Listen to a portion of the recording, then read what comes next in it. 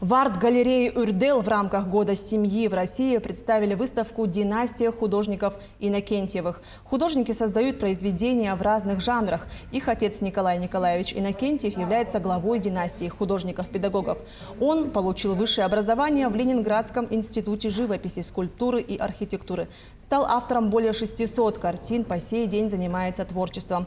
Также на этом мероприятии представлены работы внуков и зятя. Выставка продлится до 10 мая.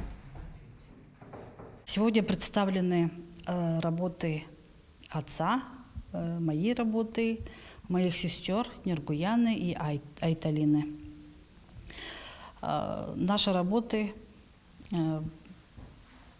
посвящены природе и людям Якутии.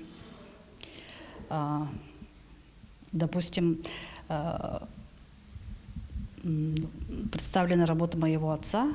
В последнее время он работал над картинами окрестностей Якутска. Также в галерее «Арт-Сетим» выставлена работа одного из живописцев, члена художников России Надежды Егоровны Федуловой. Она родилась в городе Якутске, окончила городское художественное училище. Сайсарские мотивы стали живым памятным уходящему Якутску 50-х-90-х годов 20 века. Кроме этого, Надежда Егоровна вместе с Жанной Хунгеевой возродили исконный для народа Саха вид декоративно-прикладного искусства, ручное ткачество конским волосом. Выставка продлится до 26 апреля. Это работы новые 2023-2024 года. Потом идет блок «Сайсарские мотивы». Эта работа уже старая, только вот одна есть новая «Ходьба по лужам».